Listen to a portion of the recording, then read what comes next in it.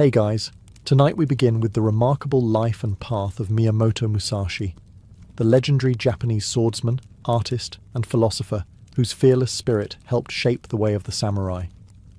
From his undefeated duels to the wisdom etched in the Book of Five Rings, Musashi's legacy still whispers to us across centuries, inspiring warriors of the mind and the blade alike. So before you get comfortable, take a moment to like the video and subscribe, but only if you genuinely enjoy what I do here. And let me know in the comments where you're tuning in from and what time it is for you. It's always fascinating to see who's joining us from around the world. Now, dim the lights, maybe turn on a fan for that soft background hum, and let's ease into tonight's journey together. Your story begins in 1584, during what historians politely call a complicated time in Japan, and what you, if you could talk as a newborn, might have called an absolute mess. The Sengoku period, or Warring States era, was less about polite tea ceremonies and more about who could backstab faster, march armies quicker, and build castles bigger. Basically, it was medieval Japan's version of an aggressive real estate market, only instead of losing a bidding war, you lost your life. You're born in a little village called Miyamoto, tucked in the rough hills of Harima province. Your family isn't exactly rolling in gold coins, no luxurious silk diapers for you. More likely, you were swaddled in scratchy peasant cloth and handed a wooden spoon to fend off cold breezes. Congratulations. Life hands you your first training weapon at birth. Your father, Shinmen Munisai, is a professional swordsman, and by professional, we mean he takes the art of slicing things very seriously. He's a tough man, a stern teacher, and not exactly the let's toss a ball around the yard type of dad. No, his idea of bonding time with his son would have been, here's a wooden sword, Musashi. Try not to cry when you fall over. Affection is rare, praise is rarer, and gentle hugs are pretty much non-existent. But in a brutal, unforgiving world, softness could get you killed. Your father wasn't raising a child. He was forging a weapon. From the very beginning, there's a wildness about you. You're not the tidy, well-behaved child who bows politely and memorizes verses. You're scrappy, unruly, and probably smelled like mud half the time. While other kids played tag, you were probably figuring out how to ambush them from behind a tree and declare victory. Subtle foreshadowing for your future career. In short, from the moment you blinked into the blinding Japanese sun, your fate was already whispering in your ear. You were not meant to live a quiet, peaceful life. You were meant to fight, to wander, and to carve your name into history one duel at a time, preferably while looking slightly disheveled. And judging by the state of the country, you were about to get plenty of practice. Your playground isn't a grassy field or a cozy backyard. It's the hard-packed dirt of Miyamoto village, where the wind smells of smoke, steel, and a little too much horse. Forget lullabies and fairy tales. Your bedtime stories are about heroic samurai cleaving enemies in half with one swing. Your crib mobile? Probably a few rusty swords dangling precariously from the ceiling. From the moment you can walk, or rather, stagger like a tiny drunk warrior, your father Munisai has you gripping practice swords. While other kids are learning to write simple kanji, you're learning how to parry a death blow. Call it an unconventional education. There's no participation trophy in your household. If you lose a sparring match, you don't get a cookie. You get a fresh bruise and a lecture on why hesitation equals death. Munisai is a hard man. Legend says he won official duels under the Ashikaga shogunate, but parenting wasn't exactly his strong suit. His love is sharp-edged, practical, and delivered with the subtlety of a cannon blast. Praise? Maybe once, when you didn't fall flat on your face after a heavy blow. Otherwise, silence. Because in his mind, survival is its own reward. And yet, something in you thrives under this pressure. While other boys dream of feasting and fame, you dream of battle rhythms, of predicting an opponent's next move before they make it. You don't see the sword as just a weapon. You see it as an extension of yourself, like an iron heartbeat echoing in your hands. You are not pampered. You are not comforted. Instead, you are honed, day after brutal day, like a blade against whetstone. Even as a boy, you start to grasp the cold truth of your world. Victory is not about being stronger. It's about being smarter, faster, and just a little bit meaner than the guy across from you. The villagers whisper about you. That wild kid with the stare too sharp for his age.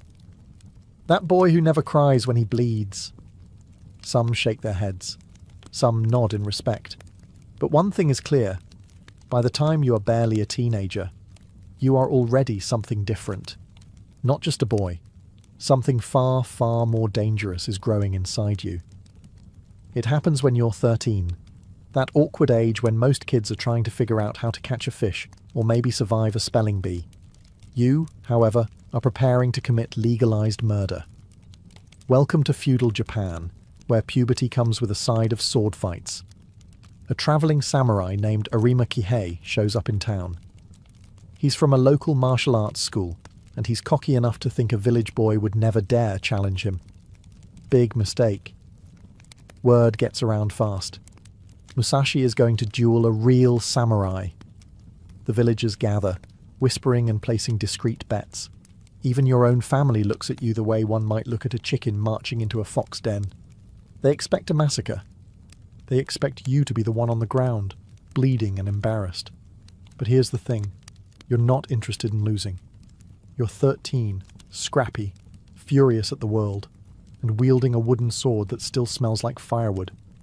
It's not exactly the stuff of heroic legends, yet. When the duel starts, Arima Kihei does what seasoned swordsmen do. He underestimates you. Maybe it's your size. Maybe it's the fact you probably still have dirt smudged across your face from that morning. Big mistake number 2. Without any formal bowing or dramatic speeches, you lunge. Fast, savage, raw instinct.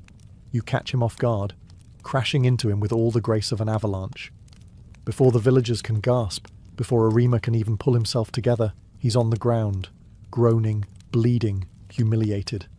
A grown samurai, bested by a barefoot teenager wielding a glorified tree branch. You don't just win, you announce to the world that Musashi is not a name to be ignored. It's a name to fear. Of course, your father's reaction is complicated. Pride, maybe. Relief, certainly. But also a hint of fear, because even Munisai can see it now. The boy he forged is starting to surpass even his brutal expectations. As for you, you feel nothing but clarity. You were born for this. Not to farm, not to bow and scrape, but to duel, to defeat, to rise. First blood has been drawn. And somewhere, deep inside your young heart, you realize it will not be the last.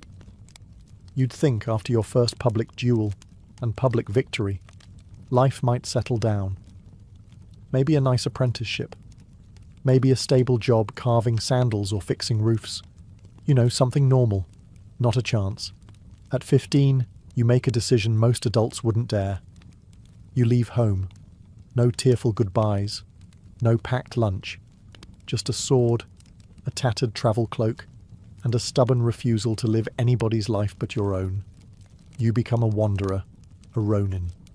In a world where status is everything, where being tied to a lord offers protection and purpose, you choose absolutely none of it.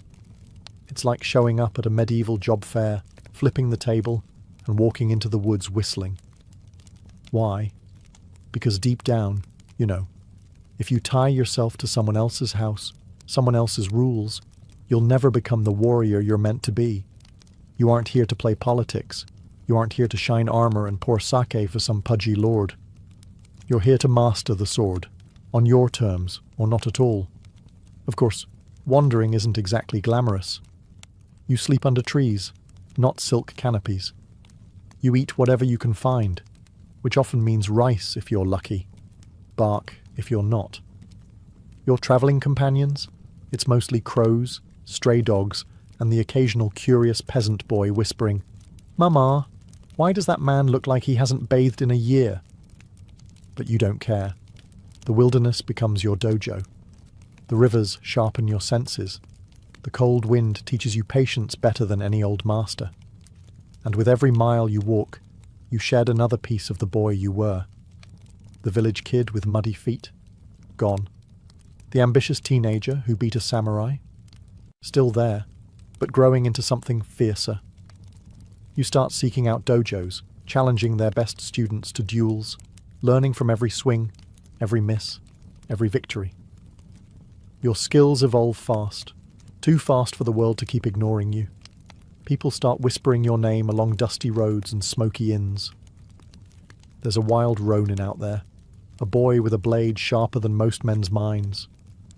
And somewhere on those endless roads, a new thought grows inside you. Maybe the sword isn't just for killing. Maybe it's a path to something bigger than survival. You just have to keep walking. If there's one thing that separates you from the other samurai of your time, it's this. You don't look the part. At all. The typical samurai strides into town with his hair neatly oiled, his armor polished to a mirror shine, his swords tucked neatly at his hip like badges of honor. Meanwhile, you show up looking like you just wrestled a bear, and maybe won. Your hair, wild, your clothes, torn, stained, sometimes half missing. Your feet, probably muddy, definitely calloused. You are not the carefully curated image of the warrior elite. You are something rawer, something far more unsettling. You look less like a courtly samurai and more like a wild wolf that learned how to walk on two legs, and somehow picked up a sword along the way. And people notice. Oh, they notice. At first, they laugh. Who could take you seriously? You look like you'd be better suited chasing chickens than facing seasoned warriors. But laughter turns to confusion. Then fear. Because once you draw your sword, once you move, all that scruff and dirt and feral energy turns into something terrifyingly efficient. No wasted motions, no hesitation. Just pure, unfiltered violence, delivered with the grace of a predator. In duels, you don't dance around, trading pretty cuts for the sake of ceremony. You go for the kill, fast, ugly, final. It's not dishonorable. It's survival. It's the understanding that battles aren't won by who looks best swinging their sword. They're won by who walks away still breathing. The polished samurai? They're still worried about whether their helmet is straight. You're already inside their guard, smashing their pride into the dirt. Rumors start to swirl around you like autumn leaves. He fights like a demon. He doesn't fight to win points. He fights to survive. If you see him, run the other way. You become a living ghost story, passed from village to village, whispered over cheapsake and campfires. But you don't care about reputation. You don't even care about winning fame. You care about one thing only: getting better, sharper, deadlier. Because deep inside you know, the world isn't kind to wolves, and only the fiercest survive. With the open road as your home and a sword for a pillow, you dive headfirst into a new hobby, challenging strangers to deadly combat. Some people collect seashells. You collect victories, preferably before lunch. It's a simple strategy. Walk into a new town. Find the local dojo, or the most arrogant swordsman standing around. Challenge them to a duel. Win. Move on. You're like a one-man natural disaster, leaving a trail of bruised egos and broken bones wherever you go. If there were a tourism board for rural Japan, they'd be putting up warning signs. Beware. Wild Ronin crossing. And the best part? No one knows how to deal with you. You're too unpredictable, too raw. You don't fight by the book. Mostly because you probably never read the book in the first place. You don't wear fancy armor. You don't bow 6 times before drawing your blade. You don't politely wait for your opponent to compose a haiku before the first strike. Nope. You size them up in an instant, find the fastest route to victory and take it, brutal, efficient, and without apology. Sometimes you use a real sword, sometimes a wooden stick. Once, according to later legends, you beat a man senseless with a random boat oar you found lying around. Because for you, it's not about the weapon, it's about the mind behind it. And your mind? Sharp as the edge of a katana, and twice as dangerous. With every duel you learn. Not just about technique, but about people. How they telegraph their fear through trembling hands. How their eyes widen a fraction before they strike. How pride always makes them predictable. You're not just fighting bodies. You're dismantling spirits. By the end of your teenage years, your win column looks ridiculous. More victories than birthdays. More bruised opponents than there are flavors of sake. You don't stick around to bask in your fame. No trophy ceremonies. No parades. You just nod once, maybe mutter something profound like, and head for the next dusty road, the next opponent, the next lesson. Because somewhere inside you know you're not dueling for money, or even for survival anymore. You're dueling because it's shaping you into something unstoppable, something that even you are just beginning to glimpse. By the time you hit your late teens, you've developed a bit of a reputation, somewhere between fearsome sword prodigy and that slightly terrifying guy who might eat nails for breakfast. What really makes you stand out isn't just your fighting record. It's the fact that you refuse to do what everyone expects. You don't pledge loyalty to any lord. You don't tie yourself to a dojo or a war band. You are, proudly and stubbornly, a ronin, a masterless samurai. In a culture where who you serve is almost more important than who you are, this is basically like showing up to a royal banquet in muddy rags and challenging the host to an arm wrestling match. Respectable samurai look at you like you're some kind of walking scandal. No master? No patron? No permanent address? Surely he must be mad. But here's the thing they don't understand. Freedom is your sharpest blade. Without a master to impress, you answer only to yourself. Without political games, you spend your energy honing your skills instead of polishing someone else's boots. Without a castle to protect, you carry your whole life on your back. Light, fast, ready. Sure, life's rough. You don't get fancy armor handouts. You don't attend elegant tea ceremonies where noblewomen giggle behind silk fans. You don't even get a reliable dinner most nights. One memorable week, you survive entirely on stolen radishes and questionable river fish. But what you do get is priceless. The ability to evolve, adapt, and grow beyond the rigid limits set by tradition. Everywhere you go, lords and generals try to recruit you. Some offer gold, others offer fine horses, land, silk kimonos. A few even offer daughters, though frankly, given your wild looks and constant smell of campfire, it's unclear if those offers are serious or just optimistic. And every time, you bow, sort of, and refuse. Because your path isn't gilded in gold, it's paved with blood, sweat, and quiet revelations. You're not here to be anyone's servant. You're here to master something bigger, the art of war, the art of strategy, and maybe the art of mastering yourself. You are Miyamoto Musashi, masterless, fearless, and just getting started. Somewhere between your 100th duel and your 1000th mosquito bite sleeping under the stars, something shifts inside you. Fighting isn't just about strength. It isn't just about speed. It's about seeing the world differently. You begin to realize the sword is only the surface.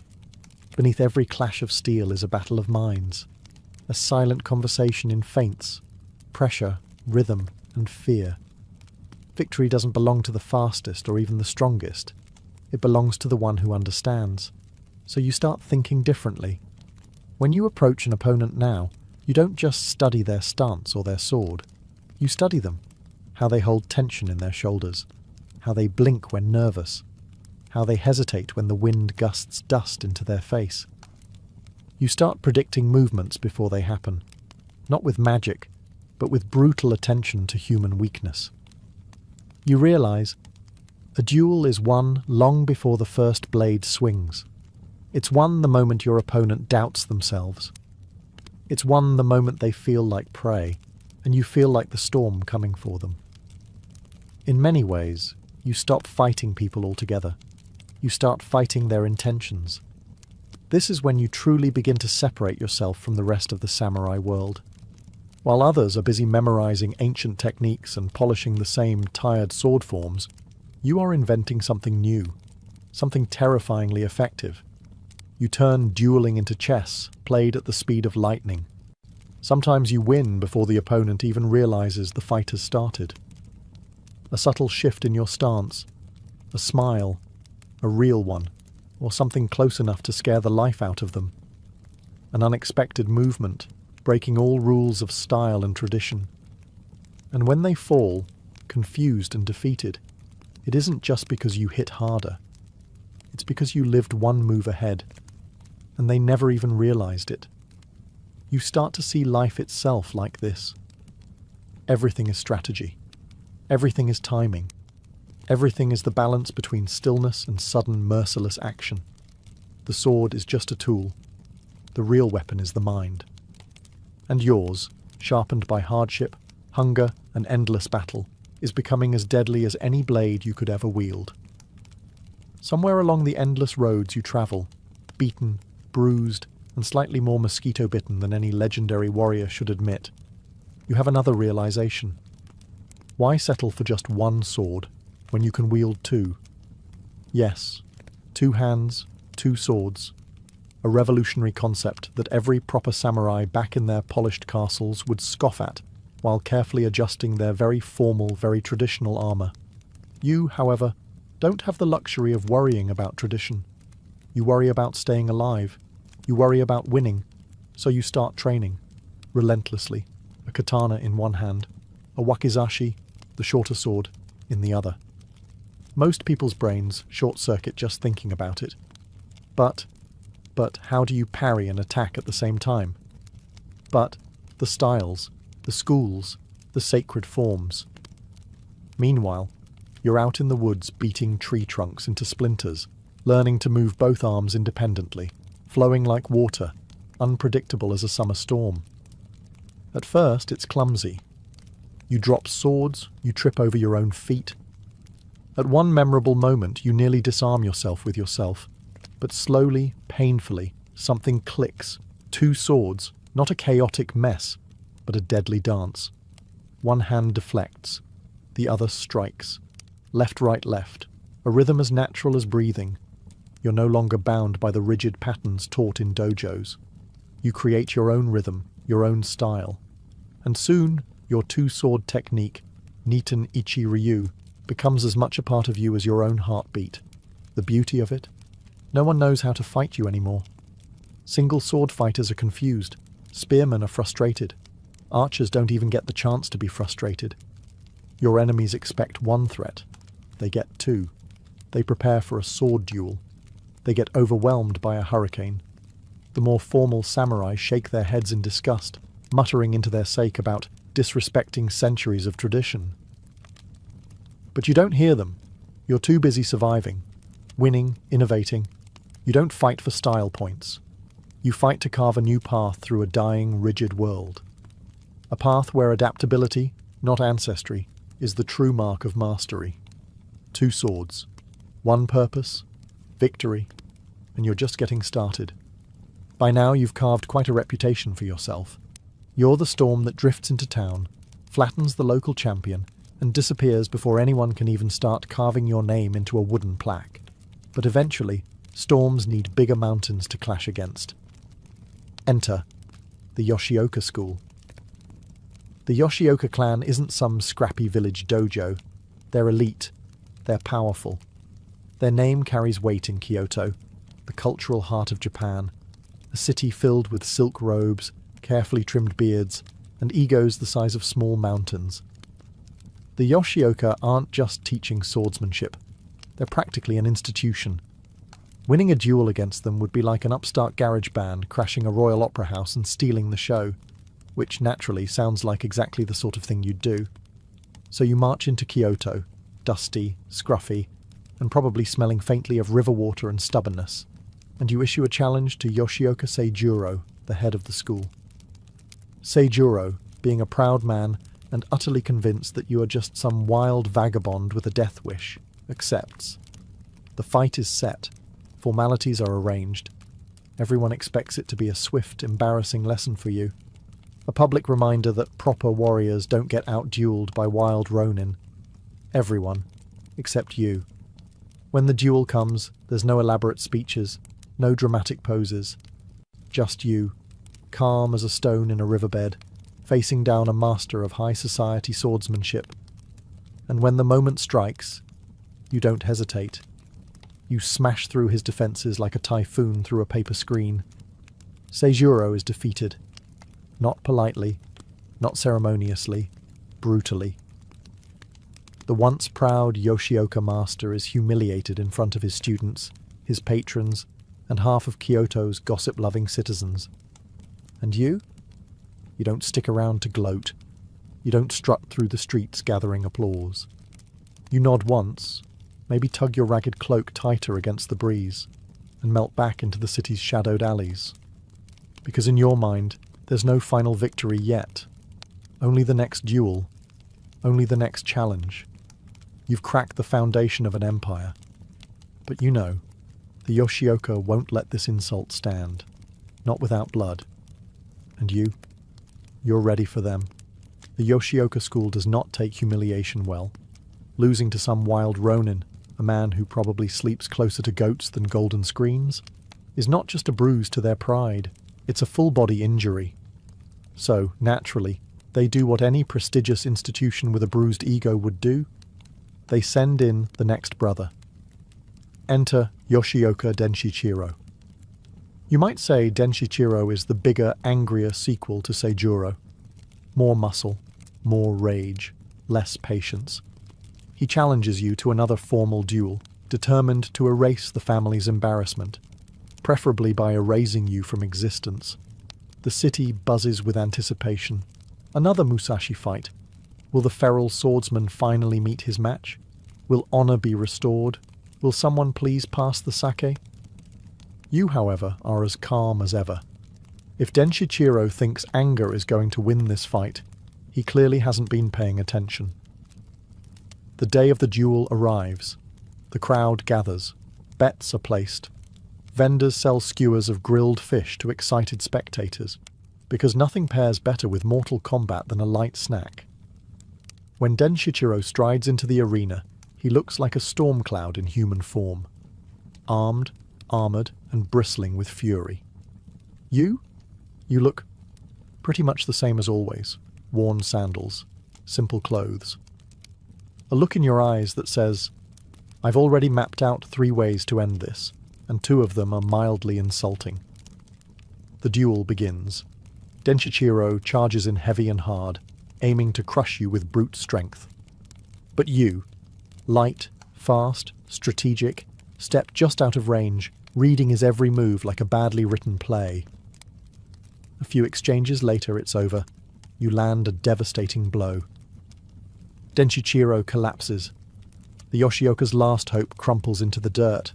The crowd is stunned. Again, some gasp, some cheer. Some immediately reconsider their life choices. The once mighty Yoshioka clan has now lost 2 sons to a scruffy, barefoot duelist who probably sharpened his sword on a rock that morning. And you give no speeches, no proud boasts. You simply turn and leave, silent, steady, like a force of nature that doesn't need to explain itself. But deep down, you know, the Yoshioka aren't finished. They have one more desperate move left, and it's going to be anything but honourable. Defeat stings. Public, humiliating defeat. Well, that burns like pouring sake over an open wound. And after losing not 1, but 2 heirs to your blade, the once proud Yoshioka school is teetering on the edge of collapse. They have a choice. Accept the losses with dignity, or throw whatever scraps of honour they have left into a bonfire and gamble everything on one last desperate strike. Guess which option they choose. The Yoshioka declare another duel, but this time, it's not a simple man-to-man match. Oh no, they plan an ambush. The target? You, obviously. The goal? Wipe the smug look off your face and restore honour with a hail of swords. Their strategy is simple. Lure you into a final duel against Matashichiro, the new young head of the family. A child barely old enough to shave, thrust forward as a figurehead while dozens of armed Yoshioka warriors hide nearby, ready to strike the moment you show yourself. Fair? Absolutely not.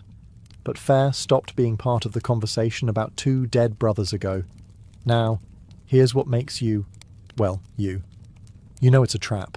You can smell it like rotten fish from a mile away. And what do? You show up early. Before the ambush is fully set. Before the hidden swordsmen are in position. Before anyone expects you. You glide through the twilight mist like a ghost, sword already drawn.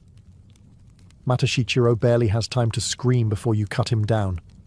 A clean, fast strike, efficient as a thunderbolt. Chaos erupts. Yoshioka men come pouring out of the shadows like angry ants. Dozens of them, swords flashing, shouting, cursing your name. And you? You don't freeze. You don't falter. You move, fast, precise, a blur of deadly efficiency. You cut through the would-be ambushers like a blade through rice paper, slipping through their ranks, disappearing into the dusk before they can even organize themselves. By the time they realize what's happened, you're long gone, a rumor riding the wind. The Yoshioka school, once the pride of Kyoto, collapses in disgrace. And you? You don't stick around to celebrate, you just keep walking. Because for Miyamoto Musashi, the journey isn't about revenge. It's about perfection. And perfection demands more than victory. It demands evolution. After your dismantling of the mighty Yoshioka school, your legend explodes like a firecracker in a dry village square. Only, instead of awe and admiration, your name carries a new flavor of fear. You're not just seen as a dangerous swordsman anymore. You're something else. Something harder to define, and even harder to confront. Word spreads across provinces like wildfire. Musashi doesn't just defeat opponents, he destroys families.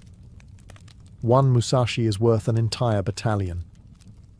If you see a disheveled man carrying 2 swords and smelling faintly of river mud, run. And here's the crazy part. It's not even that much of an exaggeration. At this point, it feels like armies would be better suited to fight you than individual swordsmen. One-on-one duels? Child's play? Ambushes? Try harder. Even groups of trained fighters can barely touch you. You've reached a level where facing you feels less like fighting a man and more like trying to fist-fight a thunderstorm. Part of it is skill. Sure. Your 2-sword technique, your strategy, your raw speed, they're unmatched. But the real secret weapon? Psychological warfare. Most men are beaten before they even draw their swords. When they hear your name, they remember the stories. The boy who killed a grown samurai at 13.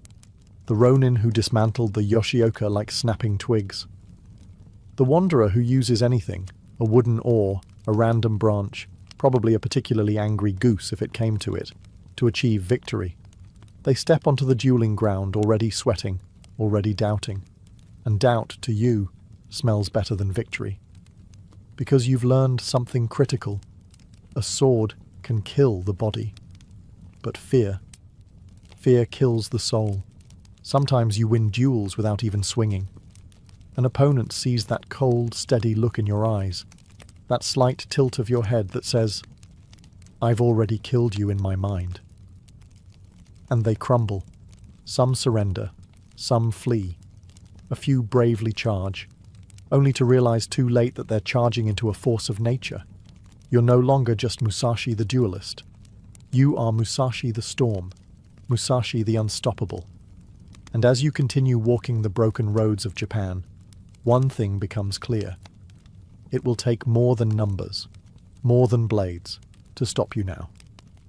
With the Yoshioka crushed and your reputation soaring, you could have done what most warriors dreamed of. Found a rich lord to serve. Earned a fancy title. Maybe even snagged a castle with decent plumbing. But no, you choose the road. Again, because deep down, you know, castles are cages, even if they're lined with gold. And so begins the long, winding, dust-choked chapter of your life. The years of wandering. You drift from province to province like a blade caught on the wind. No plan, no map. Only one constant, the search for mastery. Everywhere you go, you seek out new opponents, new styles, new ideas. Sword masters, monks, spearmen, bandits. It doesn't matter who or what they are. If they know something you don't, you want to face them. Sometimes you challenge them. Sometimes they challenge you. Sometimes you just bump into them while trying to steal a particularly juicy rice ball and somehow end up in a duel. Travel life is messy. Your style evolves again and again. Like a river carving new paths through stone, you adapt, refine, and shed what doesn't serve you. You don't duel for money. You don't duel for fame. You duel for the thrill of becoming. Every opponent is a mirror showing you your own flaws. And every time you break that mirror, you come away sharper. Your clothing becomes even rougher. Your sword even quicker. Your mind even more dangerous. People start telling stories about you. Strange, mythic stories. Musashi fought 3 men at once using only a fan.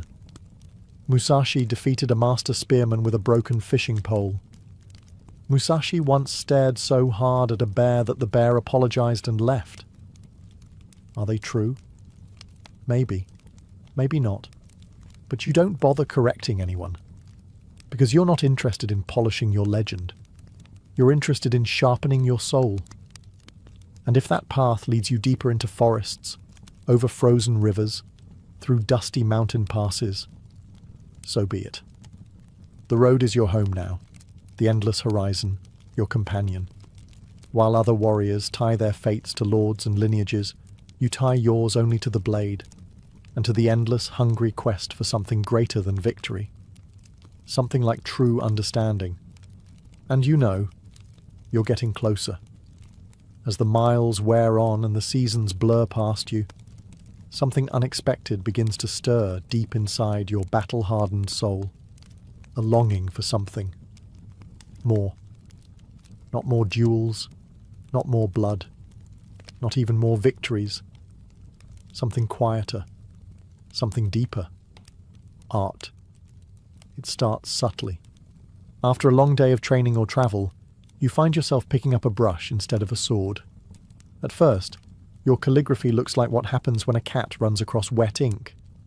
Not exactly museum quality, but just like with swordsmanship, you don't expect to be good right away. You expect to become good, through patience, through discipline, through relentless practice. Soon, you're painting landscapes. Hills, rivers, birds frozen mid-flight. The brush strokes almost like the movements of a sword, flowing, precise, alive. And you realize something profound. The same spirit that guides your blade can guide your hand. Swordsmanship and art are not opposites. They are twins. Both demand presence. Both demand balance. Both demand the ability to see the world clearly, and then leave a mark on it with grace and certainty. It's not just painting either. You carve sculptures from wood. You practice tea ceremony with the care of a general preparing for war. You study poetry, philosophy, Zen Buddhism. You become strange, in a way. A ronin who can kill 10 men before breakfast and paint a delicate ink wash of a cherry blossom branch by lunch. Your peers don't really know what to make of it. Musashi? The guy who crushed the Yoshioka? The guy who fought Sasaki Kojiro? He's painting now? Some laugh, some scoff. You don't care, because you see something they don't. Victory is temporary. Mastery is eternal. A sword wins battles. Art wins immortality. And deep down, you understand something even more important. One day your body will falter. Your sword hand will slow. The duels will end. But your mind, your spirit, your vision, those can endure. Through ink, through wood, through words. You are no longer just a warrior. You are becoming a creator, carving your spirit into the world, one perfect brushstroke at a time. And as you sit by a quiet river, brush in hand, a smile ghosts across your face. The path is wider than you ever imagined. And it's only beginning. As you wander deeper into your 30s, with a trail of defeated opponents stretching out behind you like a particularly violent parade, a new name starts to reach your ears. Sasaki Kojiro. At first, it's just whispers in smoky inns and dusty crossroads. There's a man with a blade like a lightning strike. His sword is so long it could swat a bird from the sky. He's undefeated, just like you. Interesting. You're not the type to get rattled by reputation. After all, you are the reputation other warriors have nightmares about. But Sasaki Kojiro is different. He's not some arrogant dojo master waiting to be embarrassed. He's not a desperate noble's bodyguard clinging to the old ways. He's fast, deadly, precise. And he carries a sword so absurdly long, the monohoshizao, the drying pole, that you half wonder if he's compensating for something. You don't say it out loud, that would be rude. Kojiro's style, the swallow cut, is famous. It mimics the movement of a bird's wings, quick, elegant, impossible to predict. He's not just good, he's a force of nature, a mirror of you, but polished, regal, almost civilized. And in a weird way, you're excited. Finally, a real challenge. Not another pompous blowhard to humiliate. Not another crowd of amateurs to outthink. Someone who might actually force you to reach deeper. Someone who might sharpen you in ways no duel ever has. Word eventually reaches you that Kojiro has been appointed as the fencing master for a lord. High honor, great pay, fresh clothes. You're still sleeping in barns, occasionally using your travel cloak as both blanket and breakfast napkin. But that doesn't matter, because you know, paths like yours and Kojiro's are not meant to run parallel forever. They're meant to collide, spectacularly. The rumours swell around you like the gathering clouds before a storm. Two undefeated swordsmen, two masters of timing and death, two legends, but only one destiny. And somewhere inside, beneath the calm and the calligraphy, the old fire stirs again. The wolf lifts its head. The blade hums with anticipation. You smile, faintly, because you know what's coming. And you're ready. The challenge doesn't come wrapped in gold or sung by heralds. It comes in quiet, serious words passed through wary messengers. Sasaki Kojiro has accepted. He will meet you on the battlefield. No politics, no lords, no armies. Just two men, two blades, and a promise hanging in the humid air. The duel is arranged for a tiny, rocky island in the Kanman Straits, Ganryujima. Remote enough for privacy, flat enough for a clean fight, dramatic enough that the gods themselves might pull up a chair to watch. You hear the details with the same calm you've carried for years, where others would pace nervously, sharpening blades and writing tearful farewell letters. You barely shrug. Challenge? Accepted. Still, you prepare, but not the way your enemies would expect. You don't spend sleepless nights polishing armour. You don't compose elaborate death poems or fuss over ceremonial garb. You don't even bother getting a haircut, judging by the wild mane you're sporting these days. Instead, you sharpen your mind. You study Kojiro the way a hunter studies dangerous prey. You learn his timing, his technique, his habits. Fast, precise, deadly at mid-range. Good. Because you've already decided you're not going to fight Kojiro at his own game. That would be suicide. You're going to change the game entirely. You ask for a small boat to take you to the island on the day of the duel. You carve a wooden sword, a bokken, from an oar during the ride. A simple piece of wood, roughly the length of Kojiro's absurdly long blade. No polished steel, no gleaming armour, just rough wood and sharp intent. Because you understand something most warriors never learn. Victory isn't about using the best weapon. It's about using the best mind. As you ride toward the island, the wind in your hair and the salt on your skin, you feel it. The stillness before the storm. The coiling tension of two titans about to collide. The quiet, thrilling certainty that this day, this fight, will echo through time. And you smile, just a little, because you're not here to survive. You're here to win. The boat bumps against the shore of Ganryujima, and you step out, cradling your makeshift wooden sword, a carved oar, rough and unpolished, still smelling faintly of river water and stubbornness. Across the beach, you see him, Sasaki Kojiro. He's already waiting. Tall, lean, composed, dressed in elegant robes, carrying his famous monohoshizao, the drying pole, a sword so long it looks like it belongs on a ship's mast, not in a duel. He's polished, prepared, perfect. And you? You look like you wandered onto the beach by accident after a particularly spirited night in a tavern. The crowd, retainers, witnesses, curious fishermen, murmurs as they see you. Some snicker. Some shake their heads. He's late. He's disrespectful. He's armed with a stick. Kojiro's lips tighten into a sneer. He's already angry, already off balance. Good. You intended it that way. You didn't come late out of arrogance. You came late to disrupt him, to break his rhythm before the blades even crossed. Because you understand, a duel isn't won when the swords strike. It's won the moment the opponent loses control of his mind. Kojiro, unable to contain himself, unsheathes his massive sword in one fluid, beautiful motion. They say the swallow cut, his signature technique, can sever a bird's wings mid-flight.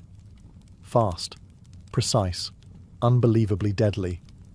But as he moves, something happens. Something subtle, something critical. He hesitates, just for a blink. Thrown off by your ragged appearance, your audacity, the absurd sight of a man calmly advancing with a boat oar. And that's all you need. You surge forward, faster than a striking hawk. Your wooden sword whistles through the salty air.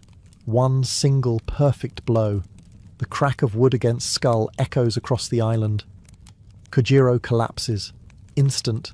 Final. The mighty Sasaki Kojiro, the swallow cutter, the fencing master, the undefeated legend, lies broken on the sand. Silence falls. Mouths hang open. The fishermen stop chewing their rice balls mid-bite. Even the gulls seem momentarily stunned. And you? You lower your oar, breathing steady, heart calm. Another duel, another victory. But something in the air feels different, heavier. Because today, you didn't just defeat a swordsman, you ended an era. And deep inside, you know, victory will never taste the same again. Ganryujima lies quiet after the clash, the waves lazily lapping at the blood-sprinkled sand, the wind whispering through the grass as if afraid to disturb what just happened. You stand over Sasaki Kojiro's fallen body, the crude wooden sword still heavy in your hand. Victory. Complete. Undeniable. But as the adrenaline fades, something colder seeps into your bones. You look around. The witnesses, the samurai retainers, even the fishermen, all stare at you like they're seeing a ghost. Not a man. There's no triumphant cheering, no celebratory cries, only silence. A heavy, uncertain silence that clings to your skin more tightly than sweat. Because today wasn't just another duel. It wasn't a local champion or an arrogant heir you bested. It was him, Sasaki Kojiro, the sword saint in his own right, the only man they thought could stand as your equal. And now he lies there, crumpled like a broken fan. You realize something in that moment, something you hadn't truly understood until now. At a certain height, there are no more rivals, there are no more equals, just a lonely peak, high above the clouds, and you, standing there alone. You turn without ceremony and walk away, leaving the body behind, leaving the stares, the judgment, the whispered legends, already beginning to sprout like weeds in the sand. As you board the small boat to return to the mainland, the wooden oar-turned sword clunks against the side of the vessel, awkward and out of place, just like you feel inside. The boatman, an old man with weathered hands, rows silently, not daring to speak. You stare back at the shrinking island, a small speck of land where two destinies clashed and only one survived. Ganryujima will forever be tied to your name. Poets will sing of it. Scribes will exaggerate it. Old men will argue over it in smoky inns you'll never visit. But you feel no joy, no pride, only a sense of something irreversible. The path you walk now isn't the path of a swordsman seeking glory. It's the path of a swordsman seeking meaning. In a world where fewer and fewer opponents remain, the oar creaks, the water shimmers, the wind carries your name across the waves, and you wonder, quietly, what's left to conquer when you've already defeated everything? Kojiro's death lingers in the air long after you leave Ganryujima, not as a triumph, not as a trophy, as a weight. You try to brush it off at first. Another duel, another victory, just like the dozens before it. But this one is different, because Kojiro wasn't a thug from some backwater village. He wasn't an overconfident dojo master with more pride than skill. He was a true swordsman, a mirror of your own relentless pursuit of mastery. And you killed him, not just physically, but spiritually. You shattered a man who, had the world been kinder, might have stood beside you, not across from you. People celebrate, of course. They retell the story in 100 different ways. Musashi arrived late to unnerve Kojiro. Musashi carved an ore sword on the way just to mock him. Musashi struck him down before Kojiro could even blink. The tales grow bigger, louder, more ridiculous. By next month, someone will probably claim you rode to the island on the back of a giant fish and fought with a tree trunk. You hear these stories. You even smirk at a few of them. But deep inside, none of it feels like victory. It feels like the closing of a door you can never open again. With Kojiro gone, the world seems smaller, duller, a little emptier. Because now you know, there are fewer and fewer men left who can meet your blade with true understanding. Fewer who can dance on the edge of death with you, seeing the same beautiful, terrifying truth. You didn't just defeat Kojiro, you outlived him, and somehow that feels like a heavier burden. Late at night, sitting by a lonely campfire, you catch yourself replaying the fight in your mind. Not with regret, not with guilt, but with a kind of aching respect. Kojiro was your greatest challenge. And now, he's a ghost that will walk beside you for the rest of your days. You stare into the flames. The road ahead stretches onward, longer, lonelier, quieter. And somewhere inside, you understand. The more victories you claim, the more solitude you inherit. It's not the duels that will be your undoing. It's the emptiness they leave behind. After Ganryujima, the world hails you as unstoppable.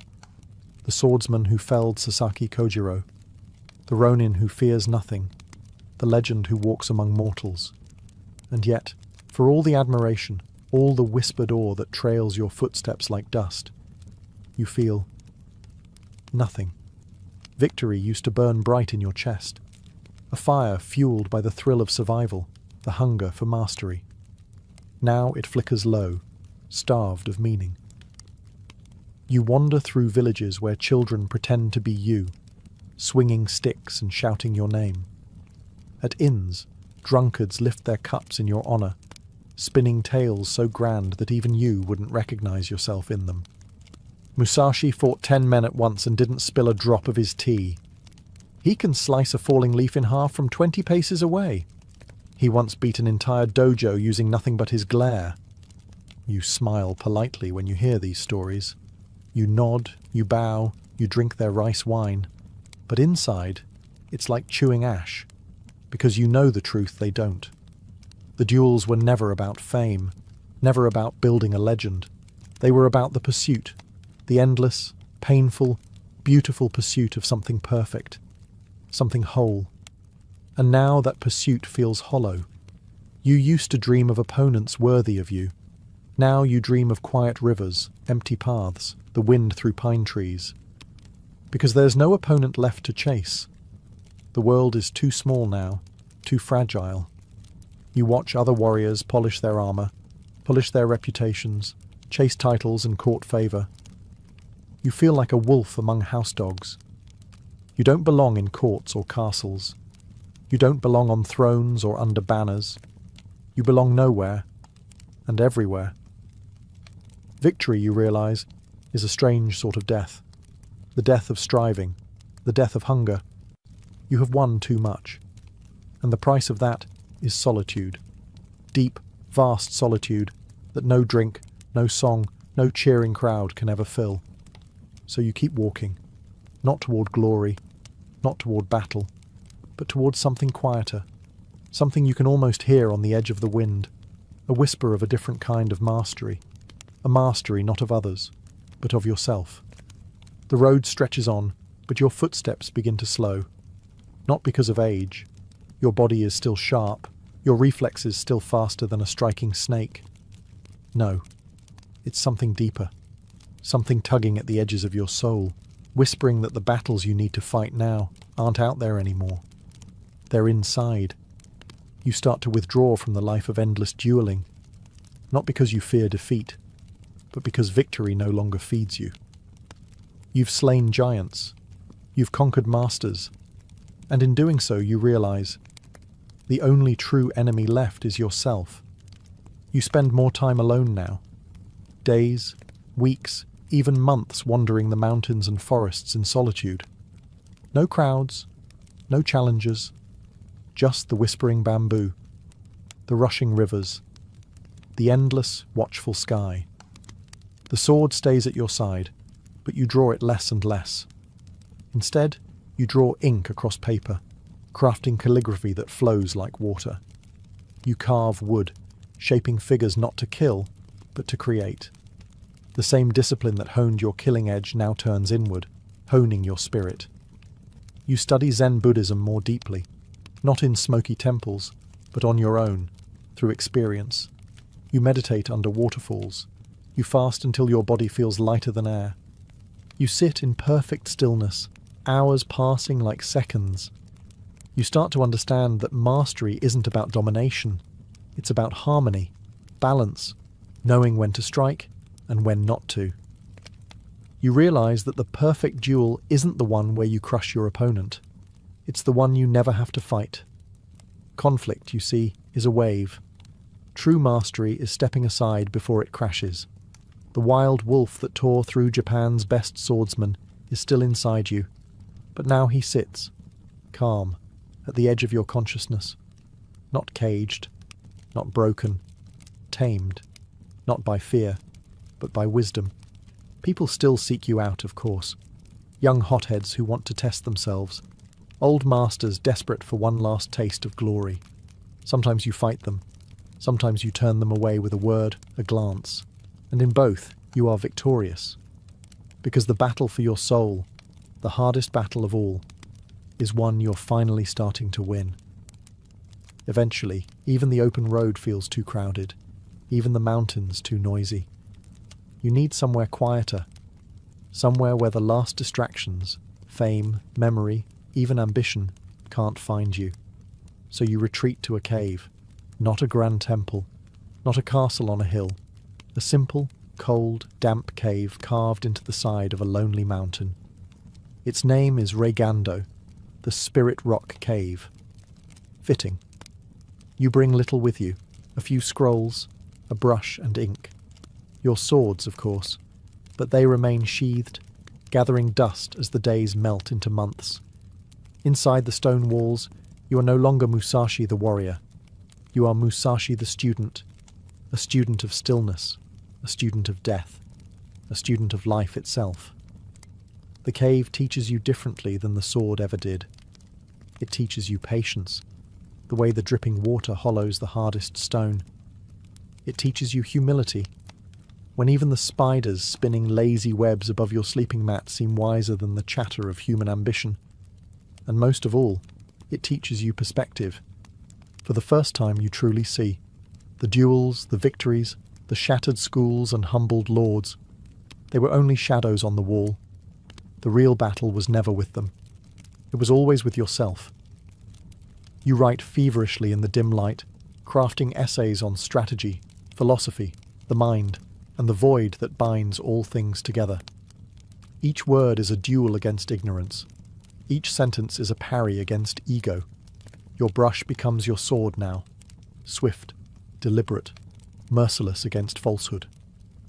In the silence of Reigando, you finally hear the faint music that was always playing beneath the clash of steel, the song of mastery, of balance, of understanding. People occasionally come looking for you. Curious students, would-be challengers, pilgrims hoping for a glimpse of the legend. Some you meet with kindness, some you send away with a few hard truths. But mostly, you are alone, and you are at peace with it. Because you know now, true strength is not about defeating others. True strength is about mastering the only thing that truly matters, yourself. And deep inside, under the stone and the silence, you are winning the greatest duel of your life. One breath at a time. Inside the cold embrace of Regando Cave, with the wind sighing at the mouth like an old friend, you decide it's time. Time to pass on what you've learned. Not through another duel, not through another battle, but through words. You sit cross-legged on the bare stone, brush in hand, ink ready, and begin to write. The Book of 5 Rings, not a diary, not a brag sheet of your victories, a guide. A sword manual, yes, but far more than that. A map of the mind.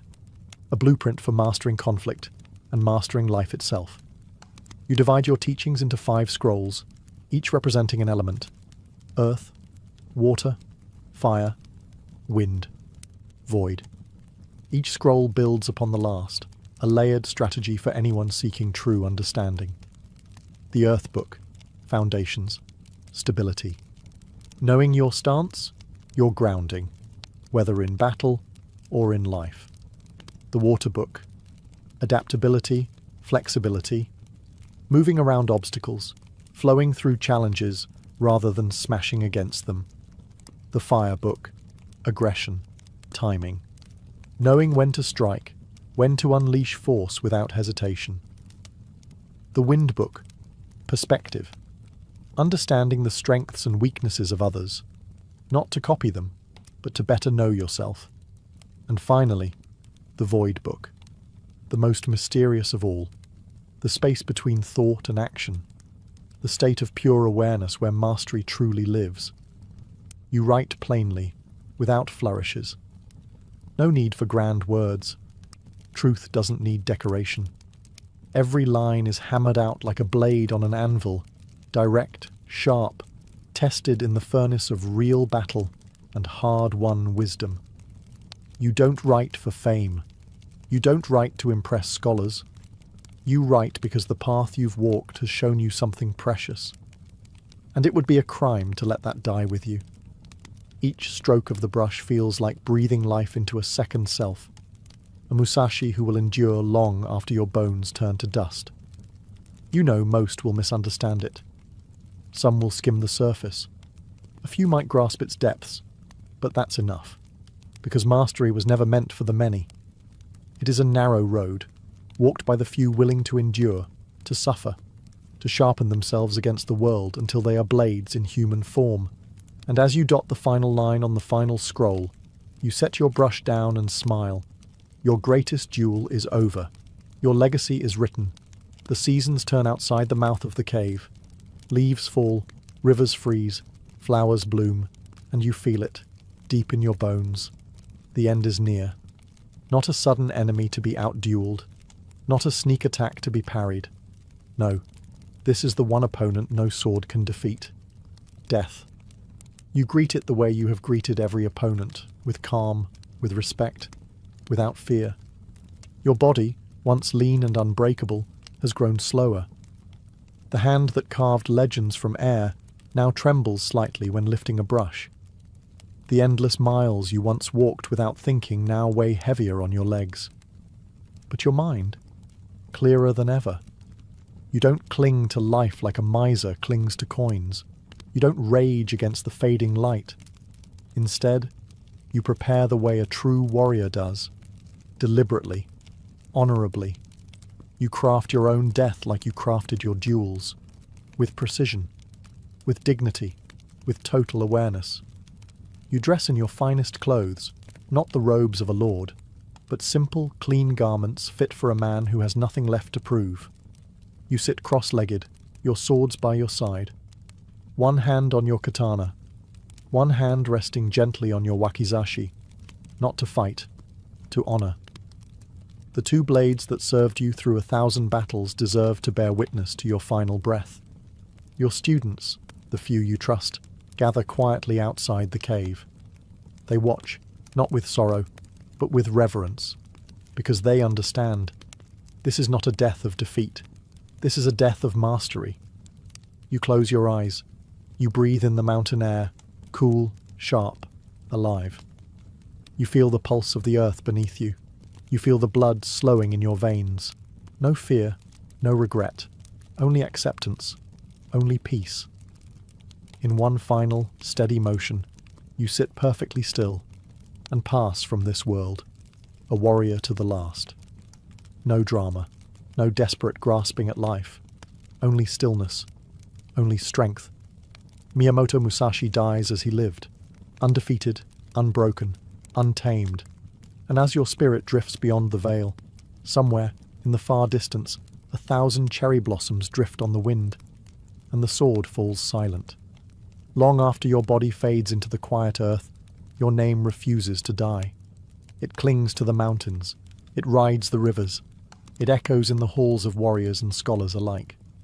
Miyamoto Musashi, the man who lived by no one's rules, who carved his path with blade and mind, who turned battles into art and solitude into a kingdom.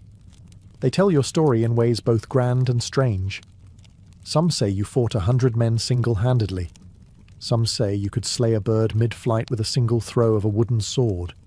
Some even say you were half demon, born not from woman, but from the storm itself. You, who once slept under trees with nothing but your swords and a stubborn will, now live on in ink and legend, across scrolls, paintings, novels, plays. Your Book of 5 Rings becomes a treasure not just for swordsmen, but for generals, businessmen, philosophers, anyone seeking to master conflict, mastery, or even themselves. In a world that changes with every passing season, your teachings remain stubbornly true. Observe clearly, move decisively, adapt like water, strike without hesitation, know yourself utterly. You become more than a warrior. You become an ideal, a symbol of the eternal struggle between discipline and instinct. A reminder that true mastery is not about beating the world, but mastering the storm within. Statues are raised in your honor. Swords are named after you. Video games, manga, movies. Your spirit finds new forms you could never have imagined, sparring across screens and pages. But none of it captures the full truth. Because the real Musashi is not the man with 2 swords standing triumphant over broken foes. The real Musashi is the man in the cave, brush in hand, writing words for a future he would never see. The man who understood that strength without wisdom is hollow, that life without reflection is a blade without an edge. You are more than victories. You are more than battles. You are a path, a question, a mirror held up to anyone who dares to walk alone. And as centuries pass, as kingdoms rise and fall, one thing remains. Your story still whispers to those bold enough to listen. Walk the path. Face yourself. Become more. And somewhere, deep in the stillness between heartbeats, the spirit of Musashi smiles. If someone were to ask, hundreds of years after your death, what was Musashi's greatest lesson?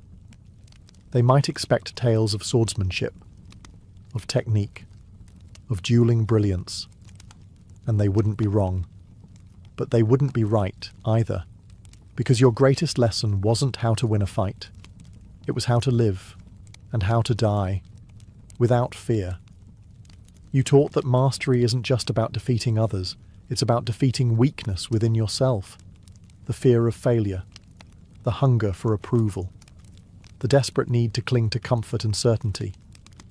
You showed that to walk the true path, you must be willing to walk it alone, without titles, without applause, without even the promise of success. You must be your own master, your own rival, your own flame in the darkness. Through your battles, through your solitude, through the simple, fierce grace of your life, you taught this unshakable truth. Strength without purpose is hollow. Skill without spirit is meaningless. Victory without honor is ash. The duels were never the point. The blood spilled, the reputations shattered. They were just echoes of a deeper struggle. The real enemy was always within. The doubts, the fears, the illusions, and you conquered them not with brute force, but with clarity, with patience, with relentless, merciless honesty. Your Book of Five Rings isn't a book of how to kill. It's a book of how to live, strategically, wisely, courageously. Even today, when a young fighter laces up their gloves, or a tired soul faces a crossroads, or a quiet mind searches for meaning in a noisy world, your spirit is there, not shouting, not boasting, just standing quietly at the edge of the path, nodding once, as if to say, "You already have everything you need. Now, walk." Your life was a battle, your death was a meditation, and your legacy is a call, a challenge that stretches across centuries to anyone bold enough to hear it. Be like Musashi, not because he never lost, not because he never feared, but because he chose, every single day, to master himself. And that, in the end, was the greatest victory of all.